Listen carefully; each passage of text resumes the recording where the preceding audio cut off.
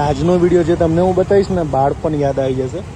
આ બધું મફતમાં ખાતા હતા, ઝાડમાં ચડી ચડીને. દીપુભાઈ, આ બધું પહેલા તો બધું સસ્તું મળતું હતું, મફત મળતું હતું. અત્યારે 100 રૂપિયાના 250. હા, અમારે તો 10 રૂપિયામાં 500 ખાધેલા છે.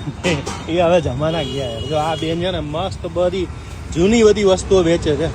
બેન કઈ જગ્યાએ આવ્યું? એ તો કયો ઈશ્વરનગર. આવું જ વેચવાનું ને બધું?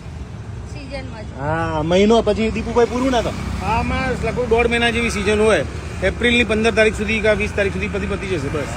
સેતુર ને ગોરા સામલી, આ ગુંદા છે. હજુ ગુંદા આપણે આ કેરી જો આ તો બહુ આ મસ્ત કેરી આવતી હતી પહેલા. 25 પૈસામાં મળતી હતી અમારા ટાઈમમાં. 25 પૈસા 10 પૈસામાં ખાતા હતા. જો આ મસ્ત જગ્યા છે.